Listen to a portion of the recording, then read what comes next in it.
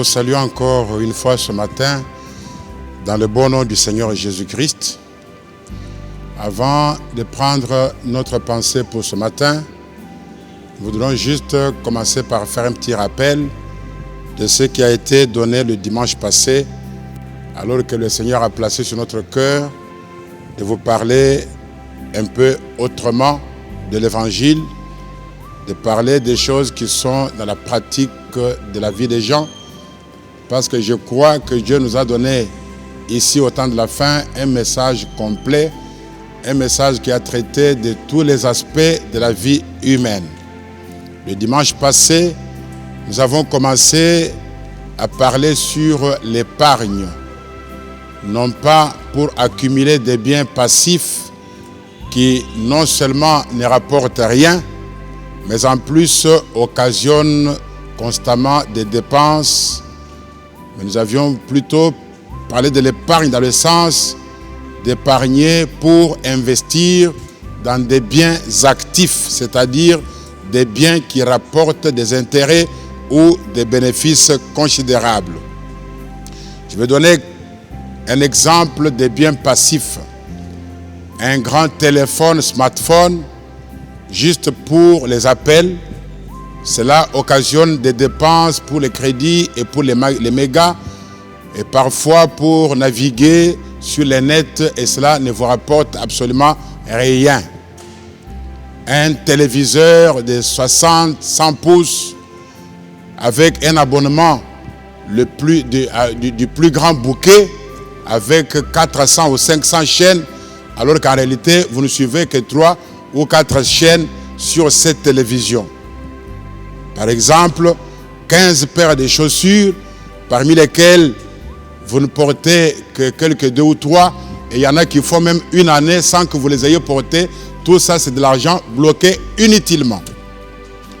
Par exemple, vous avez 50 chemises ou 40 costumes de toutes les griffes possibles et impossibles, dont vous ne portez qu'un costume à une certaine occasion, et le reste là dans le garde-robe à moisir. Tout ça, c'est de l'argent bloqué, c'est des biens passifs qui ne vous apportent absolument rien. Quelqu'un d'autre peut acheter un grand congélateur de 600 litres juste pour garder un bidon d'eau au froid pour boire au repas. Est-ce que vous avez besoin d'un grand congélateur de cette dimension-là? C'est des biens passifs qui ne vous rapportent absolument rien. Par exemple aussi, vous pouvez avoir une grande parcelle dont l'espace n'est occupé que par des fleurs et qui ne vous rapportent rien, mais qui vous font dépenser pour les entretiens si vous le faites, ou parfois vous ne le faites même pas, et alors que cet espace pouvait être occupé avec même 1 mètre carré de patates douces, et pouvait être occupé par un poulailler ou quelque chose comme cela, quelque chose qui peut vous faire des rentrées. Et c'était cela un exemple de quelques biens passifs. La liste est longue.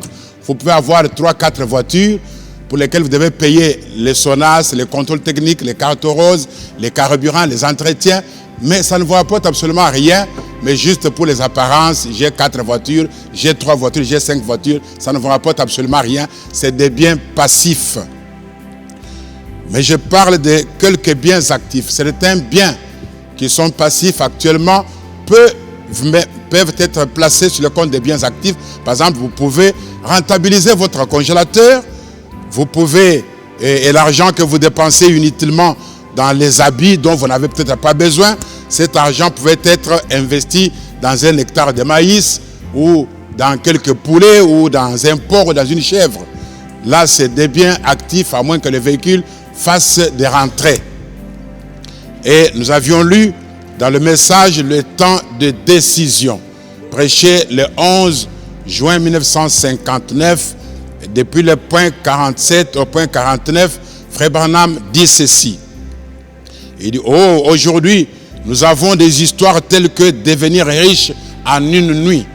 Investissez-le dans ceci et devenez vite millionnaire, un millionnaire. Mais vous ne placeriez pas votre argent dans une telle affaire parce que c'est le fruit de tout votre travail. Mais qu'allez-vous faire? vous allez sobrement et sincèrement chercher une vieille entreprise fiable qui a été testée et éprouvée, celle qui offre une garantie. Et vous y investissez votre argent parce que vous ne voulez pas de cette histoire véreuse, de cette histoire d'enrichissez-vous en un jour. Frère Branham dit, et si vous êtes à ce point sincère et préoccupé pour votre décision en ce qui concerne le fruit de votre travail, ça veut dire votre argent, combien plus devriez-vous être sincère au sujet de votre religion et de votre salut. Nous ne devrions pas adopter certaines de ces petites idées peu fiables ou inscrire notre nom dans le registre de l'Église et serrer la main au prédicateur, cela ne marchera pas. Et nous avions fait remarquer que si nous ne sommes pas sérieux dans les choses naturelles, dans l'investissement naturel, nous ne serons pas non plus sérieux dans l'investissement dans l'ordre spirituel. Voilà pourquoi, avec légèreté, nous embrassons n'importe quelle doctrine, nous embrassons n'importe quelle nouvelle idée, nous embrassons n'importe quelle religion. Nous ne sommes pas sérieux quant à investir notre âme comme nous ne le sommes pas déjà quant à investir notre argent. Dans le message La Voix de Dieu qui a été frayé pour nous, de septembre 52, Frère Branham dit au point 15, il dit, il n'y a pas de raccourci dans le royaume de Dieu. Vous savez, si nous cherchions à suivre un raccourci, nous nous retrouverions dans un étang quelque part et dans la boue. Et c'est ce qui nous arrive quand nous nous éloignons de la vieille voie, de la vieille grande route, autoroute de Dieu. Dieu a frayé une voie, Dieu a frayé un sentier. L'investissement implique un travail ardu et de longue haleine. Mais les frères, surtout dans le message et ailleurs, n'aiment pas suivre la voie que Dieu a frayée pour nous. Ils aiment devenir vite riches et voilà pourquoi ils prennent des raccourcis. Et la voie tracée par Dieu, c'est de travailler ardument, sans relâche, et d'épargner pour investir. Dans Deutéronome, chapitre 30, verset 9, la Bible dit, « L'Éternel, ton Dieu, te comblera de biens en faisant prospérer tout le travail de tes mains. » Dieu te comblera de biens. Tu ne vas pas dire « Amen », Dieu va me combler de biens et garder tes mains tendues attendant que Dieu les comble. Dieu ne les comblera jamais. Dieu a une voie pour combler vos mains de biens. Il dit, c'est en faisant prospérer tout le travail de tes mains. Le fruit de tes entrailles, le fruit de tes troupeaux, le fruit de tes entrailles, tes enfants, si tu les as bien encadrés, si tu les as bien éduqués, si tu les as bien orientés, si tu les as bien enseignés. Et le fruit de tes troupeaux, pas seulement le fruit des diamants ou le fruit de ceci et de cela, mais le fruit des troupeaux et même le fruit de ton sol. Dieu te comblera de biens en faisant prospérer ces choses, le travail de tes mains, tes troupeaux et ton sol. Puisque chacun a son sol. Tu as une parcelle de 20 mètres carrés, c'est ton sol. Est-ce que tu as fait sur ton sol? Frère Bernard, la Bible dit, car l'Éternel prendra de nouveau plaisir à ton bonheur, comme il prenait plaisir à celui de tes pères. Et dans Proverbe 20, verset 4, la Bible dit, à cause du froid, le paresseux ne laboure pas. Et à la moisson, il voudrait récolter, mais il n'y a rien. Dans les pays du Moyen-Orient, la saison pour labourer et pour s'aimer, c'est en hiver. La saison pluvieuse, la saison du froid. Ce froid-là, c'est un froid réel. Mais le paresseux s'épargne le travail pénible de labourer un champ boué par un temps froid. Et aussi à la moisson, quand il voudrait récolter, certainement qu'il n'aura rien parce qu'il n'a pas semé, il a eu peur du froid. Et en l'absence d'une vision, d'un projet et de l'effort avec une planification et un objectif à atteindre dans un délai précis, l'on obtient des résultats maigres où on n'a rien du tout. Si vous avez peur du froid, vous avez peur des obstacles, vous n'aurez absolument rien. Et dans Proverbe 22, verset 13, l'homme le plus sage dit, le paresseux dit, il y a un lion dehors, je serai tué dans les rues. Toutes ces excuses invraisemblables présentées par celui que Salomon appelle le paresseux pour éviter le travail dur. Toutes ces excuses ne tiennent pas. Toutes vos bonnes excuses pour ne pas travailler vous rattraperont un jour. Si le lion ne vous tue pas, vous ne voulez pas sortir à cause du lion. Si le lion ne vous tue pas, la faim en finira avec vous là dans la maison. Qu'est-ce qu'il faut faire? Sortez, affrontez les difficultés, affrontez l'opposition et travaillez. Non, il y a le coronavirus et il y a ceci, il y a cela. Travaillez, prenez des mesures, mais travaillez. Si vous ne voulez pas sortir à cause du lion, vous ne voulez pas sortir à cause du froid, plutôt Salomon vous appelle paresseux et cela va vous rattraper quelque part quand vous n'aurez pas travaillé du tout. Voilà ce que je voulais dire à titre de rappel sur ce qu'on avait vu le dimanche passé. Ce matin, nous voulons étudier un personnage qui est connu dans le message, qui est appelé John B. Charit. Nous voulons le prendre comme une école de la création des richesses et pour cela, nous voulons lire autrement le message intitulé « La foi sans les œuvres est morte ». Et nous prenons le texte dans le livre de Jacques, si on peut se lever. Dans le livre de Jacques, chapitre 2, verset 26, nous lisons ceci. « Comme le corps sans âme est mort, de même, la foi sans les œuvres est morte. Que Dieu bénisse sa parole. » Je voudrais commencer d'entrer en jeu pour vous montrer que tout dans la vie est un choix. Consciemment ou inconsciemment, vous avez fait un choix bon ou mauvais. Frère Branham prêche le message, le choix d'une épouse, le 29 avril 65 et au point 22, il dit ceci. Maintenant, le choix d'une épouse, 3 points. Il dit, dans bien des situations de la vie, il nous est donné de faire un choix. Dans beaucoup de situations, dans toutes les situations de la vie, il nous est donné de faire un choix. Frère Branham dit, le mode de vie lui-même est un choix. Vous choisissez vous-même d'être mendiant ou d'être celui à qui on demande.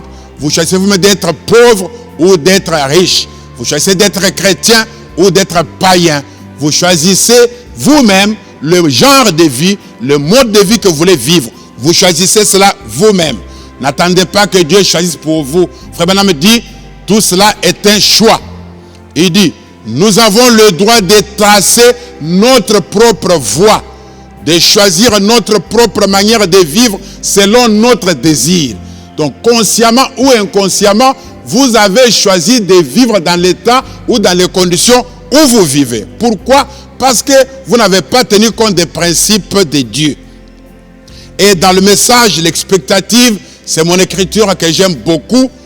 Prêché le 8 mars 61 au point 26, Frère Branham dit, expectative 8 mars 61, point 26, pour ceux qui prennent des notes. Il dit, maintenant, nous pouvons demander cela, Seigneur.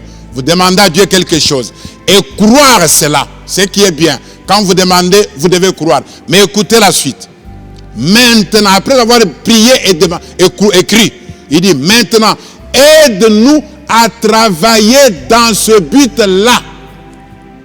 Il dit, en effet, il serait vraiment inutile de demander quelque chose à Dieu et de ne pas travailler dans ce but-là et croire que Dieu l'accomplira. C'est impossible. Vous avez demandé à Dieu, Seigneur, donne-moi une maison. Et vous restez là, bras croisés, pour qu'un jour vous leviez et que la maison vous tombe dessus. La maison ne viendra jamais. Il est inutile de demander à Dieu quelque chose et de croire que Dieu va vous l'accorder si vous ne travaillez pas dans ce but-là. Je vais te donner un exemple ou deux banal. On prie pour un couple pour qu'ils aient un enfant et l'homme va en voyage pendant 5 ans et là en voyage il dit, oh Seigneur, bientôt on a déjà prié, nous aurons bientôt un enfant. Vous allez avoir un enfant comment? Il y a une voie pour avoir un enfant. On a prié pour vous, c'est vrai, mais vous devez être avec votre femme. Vous voulez être un grand ingénieur célèbre et vous allez entrer à la faculté de droit et vous priez Dieu, toi qui fais des miracles, fais de moi un grand ingénieur. Vous êtes en droit, vous ne deviendrez jamais ingénieur. Vous allez invoquer toutes les promesses. Vous allez dire, Dieu ne ment pas. Il a dit, demandez, vous recevrez. Je vais être ingénieur, mais en droit, vous ne deviendrez jamais ingénieur. Si vous voulez devenir ingénieur, vous allez en mécanique générale, vous allez en électricité, vous allez en polytechnique, et là vous demandez que Dieu fasse de vous un ingénieur, et il fera de vous un ingénieur. Oh Dieu, je vais être un commerçant, je vais être ceci. Vous devez travailler dans ce but-là. Si vous ne le faites pas, Frère Branham dit, et que vous croyez que Dieu l'accomplira, vous vous trompez. Ça ne se fera pas de cette manière-là. Dieu a des principes et des règles qu'il faut suivre. Je vais prendre un exemple dans le message, la foi, c'est notre victoire. Prêché le 4 octobre 58, du point 14 au 15, Frère Branham dit, il en est ainsi de la vie humaine. Vous ne pouvez pas violer les règles du jeu de la vie et espérer gagner. Vous devez jouer cela en vous conformant à la parole de Dieu et à l'objectif pour lequel vous avez été placé ici. Frère Branham dit, eh bien, il y a tant de gens qui ne semblent pas avoir un but dans leur vie. Vous n'avez aucun but. Vous voulez que Dieu ait un but pour vous? Non. Vous devez avoir un but dans votre vie vous-même. Branham dit, spécialement en ce jour où nous vivons maintenant, beaucoup de gens vivent comme des clochards. Ils n'ont aucun objectif, ils n'ont aucune vision, ils n'ont aucun projet sur lequel ils travaillent. Ils vivent comme ça et ils pensent que Dieu va faire quoi? Dieu va faire quoi? Frère Branham dit, les gens semblent juste penser que tout ce qu'ils ont à faire, c'est de suivre quelqu'un d'autre. Un frère vend la friperie, tout le monde a la friperie. Qu'est-ce que Dieu vous a dit de vendre vous? Un frère fait le cambiste, tout le monde a le cambiste. Mais qu'est-ce que Dieu vous a dit de faire? Frère Branham dit, avec les habitudes du monde et avec la séduction que le monde leur offre aujourd'hui. Et dans le message, ce qu'il faut pour triompher de toute incrédulité, qu'il a prêché le 29 juillet 1960, ce qu'il faut pour triompher de toute incrédulité, le 29 juillet 60, au point 51, Frère Branham dit ceci. Il y a un vieux proverbe qui est plus qu'un proverbe, qui dit ceci. Peu importe comment, il dit qui est arrivé le premier lors d'une course, peu importe qui est arrivé le premier, il dit, vous devez jouer selon les jeux, selon les règles du jeu, sinon vous ne gagnerez jamais. Si un coureur court en suivant la piste et qu'un autre prenne un raccourci, il traverse le terrain et il bat celui-ci, il arrive avant d'une demi-heure. Il sera néanmoins disqualifié de la course, même s'il est arrivé le premier. Il doit jouer selon les règles du jeu, sinon il est disqualifié. C'est là que beaucoup de frères se sont enrichis en dehors de la voie tracée par Dieu et ils n'ont pas pu garder cette bénédiction. Ils n'ont pas suivi les règles du jeu. Écoutez, dans le message, dans Proverbe 13, verset 11, la Bible dit, Proverbe 13, verset 11, la richesse mal acquise diminue, mais celui qui amasse peu à peu augmente sa richesse. Et les frères ne veulent pas augmenter peu à peu leur richesse. Ils veulent devenir millionnaires le soir même. Ils veulent avoir des millions le jour même. Ça, ce n'est pas la voie tracée par Dieu. Et vous prenez des raccourcis. Parfois, vous tombez dans les dettes. Parfois, vous tombez dans ceci, dans cela. Et ça n'a jamais marché. À la fin, vous avez paru être le plus riche avant. Mais vous êtes disqualifié parce que vous n'avez pas suivi les règles du jeu. Quelques temps après, vous êtes le plus misérable.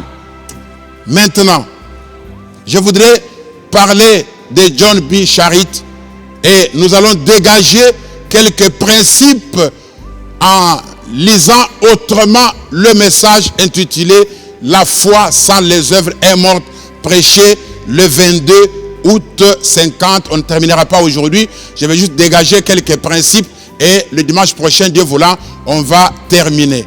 Je commence par le paragraphe 9, ayant pensé que nous lisons autrement le message. Deuxième partie, paragraphe 9, deuxième partie. Fabian parle de John Charit. Il dit ainsi, frère Charit, c'est le genre d'homme qui est né sans posséder beaucoup de biens de ce monde. Charit était né sans posséder beaucoup de biens de ce monde. Son père était très pauvre. Il était un grand bagarreur. Il avait quitté sa mère. Charit était d'un père bagarreur et divorcé en plus. Et très pauvre. Il n'était pas né avec la richesse. Frère Branham dit, et John Charit, il y a environ 15 ans, vendait des pommes à 5 cents la pièce là. Il vendait des pommes. Devant lui, comme ceci, là à Saint-Louis, dans le Missouri. Et puis après, il a commencé à vendre des pommes. Il dit, quand bien même cela ne pouvait pas lui procurer une charrette pour prendre soin de sa mère, il bégayait. Il ne pouvait pas du tout parler. Vous êtes dans les meilleures conditions que Charit. Son père très pauvre, divorcé, un bagarreur. Charit vendait des pommes, même pas dans une charrette, mais qu'il prenait en main. Qui peut vendre les pommes aujourd'hui parmi les frères? Tout le monde veut devenir directeur le même jour. Vous voulez devenir Charit quand il a des millions. Mais Charit n'a pas commencé par des millions. Il a commencé par vendre des pommes. Vous ne voulez pas commencer par vendre des pommes. Vous ne deviendrez jamais John Charit. Et ici, qu'est-ce que je tire comme leçon?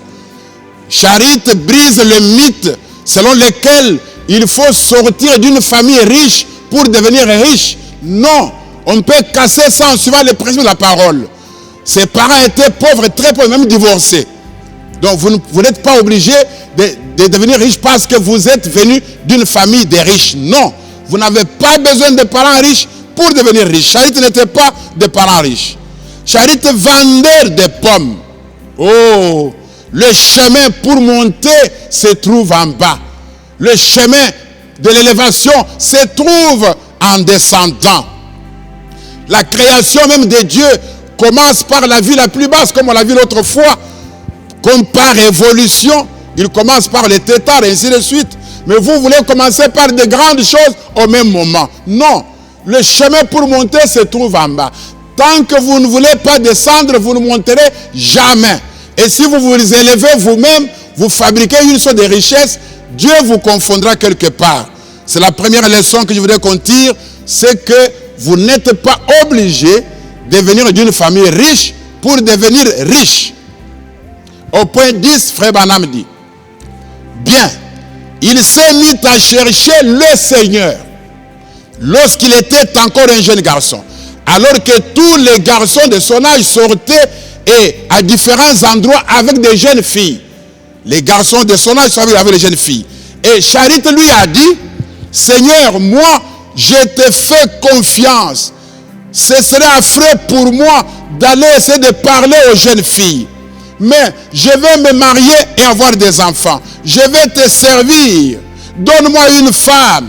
Il se confia au Seigneur. Il confia cela au Seigneur. Il avait environ 25 ans. Vous forgez votre avenir quand vous êtes encore jeune. Charit a fait un choix. Il a fait le choix de servir Dieu quand il était encore jeune. Si vous voyez un jeune qui court après les filles, qui boit et fait ces choses, il est sur le chemin d'un échec total. Charit, dès son enfance, il a choisi de chercher le Seigneur. Il a choisi de servir le Seigneur. Il n'a pas voulu être comme les garçons de son âge, à monter et descendre avec les filles. C'est un choix. Vous choisissez d'être riche, il y a une voie pour cela. L'immoralité, le désordre, la corruption, sa position, tout ça, ce n'est pas sur le chemin de quelqu'un qui a une vision pour devenir riche, comme l'a été John Charit. Il a dit, je vais chercher le Seigneur. Pourquoi? Parce que l'Écriture a dit, cherchez premièrement le royaume de Dieu. Et le reste vous sera donné par la suite. Charit a fait confiance en Dieu. Il a fait le choix de mettre Dieu en premier et voilà ce qu'il est devenu. Oh, Charit choisit d'être différent de tous les jeunes de son âge. Choisissez dès maintenant d'être différent. Différent dans votre comportement, dans votre attitude, dans votre habillement, même à la faculté, même à l'école. Si vous n'êtes pas différent, vous n'aurez pas de résultats exceptionnels. Charit a choisi d'être différent des autres. Et il a fait confiance à l'Éternel. Il s'est abstenu de l'immoralité. Vous pouvez choisir ce matin d'être différent des autres ou d'être comme eux. La débauche et les sales habitudes du monde n'ont pas de place dans la vie de quelqu'un qui veut réussir. Quelqu'un qui veut produire des résultats exceptionnels. Qui veut sortir du lot, comme on dit. Quelqu'un qui veut trouver sa place dans la vie et laisser sa trace. Il n'est pas dans l'immoralité. Écoutez, Frère Branham me dit, c'est la deuxième leçon qu'on a lue. Frère Branham me dit, s'il avait pu passer à côté de chaque femme au monde, il n'en aurait pas eu de meilleure que celle que Dieu lui a donnée. Parce qu'il avait demandé à Dieu d'avoir une femme. Je ne vais pas aller avec les filles. Je ne vais pas sortir avec les filles. Je m'attendrai à ce que tu me donnes ma femme. Il s'est attendu à ça. Il s'est confié à Dieu.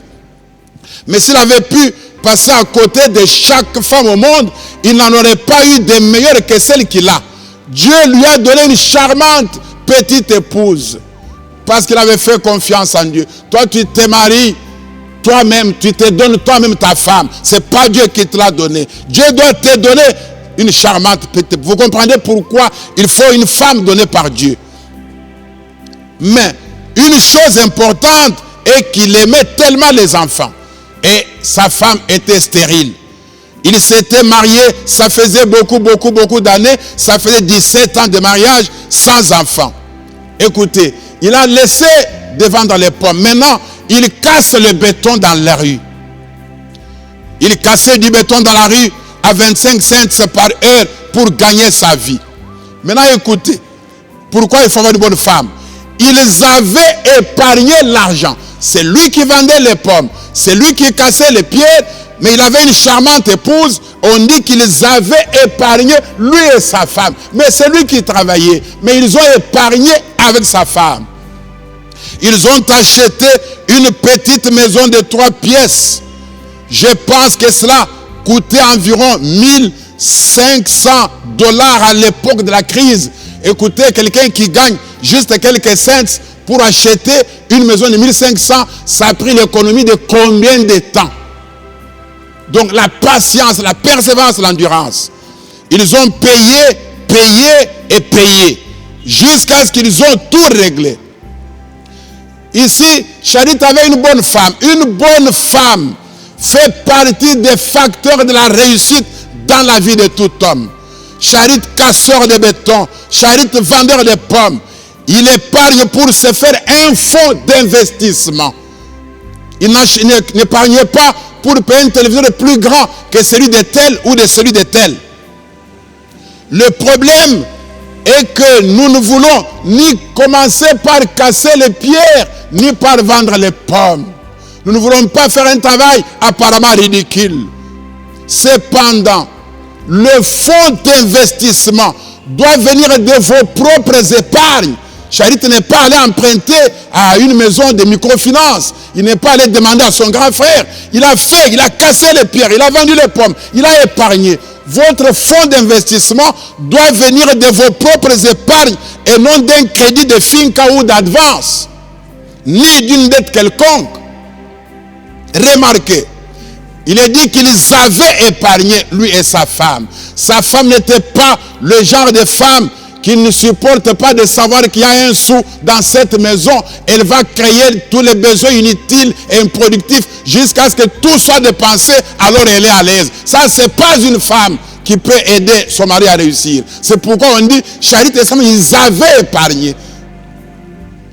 Ils avaient épargné. Ce n'était pas le genre de femme qui faisait tout dépenser à son mari, qui créait tous les besoins, qui voulait, ce dimanche, il faut que je sois comme ça pour m'asseoir à côté de tel, il faut que je sois comme ça pour montrer ceci ou cela. Les apparences, c'est un grand signe de la pauvreté. Le pauvre veut paraître, mais le riche, il est simplement riche, il n'a pas besoin des apparences. Oh, c'est ma soeur et ma soeur bien-aimée. Associez-vous à votre mari et épargnez pour constituer votre propre fonds d'investissement qui ne vient pas de crédit ou d'endettement. Au paragraphe 11. On me fait un signe quand il sera 5 minutes avant. Paragraphe 11. Juste au moment où ils avaient tout réglé, ils ont eu un réveil à Phoenix. Et il y avait là un homme du nom de Dr. Satan. Je ne sais pas si vous le connaissez. Un évangile, un prédicateur du plein évangile était venu là à Phoenix et il séjournait dans un camp de touristes.